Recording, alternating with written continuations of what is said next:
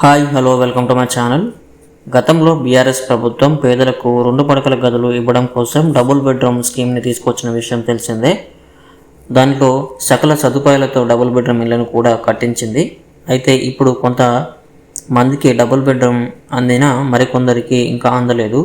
హైదరాబాద్ పరిధిలో 2 పడకల గదుల ప్రాజెక్టుకు జిహెచ్ఎంసీ సకల సదుపాయాలను కల్పించింది, ఇంకా కల్పిస్తూనే ఉంది.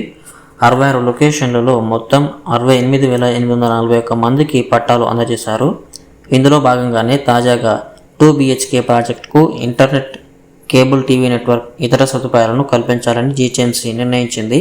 ఈ మేరకు ఆసక్తి గల ఏజెన్సీల నుంచి ప్రతిపాదనలను సమర్పించాలని టెండర్ నోటిఫికేషన్ అయితే జారీ చేశారు.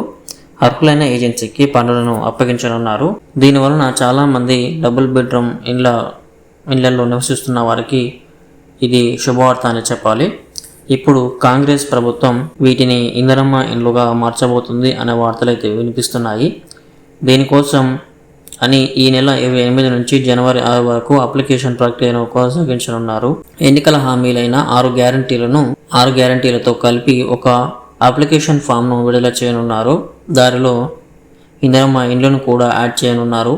అర్హుల ఎంపిక మాత్రం గ్రామ డివిజన్ సభల ద్వారా అర్హులను ఎంపిక ప్రక్రియ కొనసాగించనుంది. సో ఇది ఫ్రెండ్స్, ఈరోజు వీడియో మీకు నచ్చినట్లయితే లైక్ చేయండి, అలాగే మన ఛానల్కి సబ్స్క్రైబ్ అయిపోండి. Thank you friends.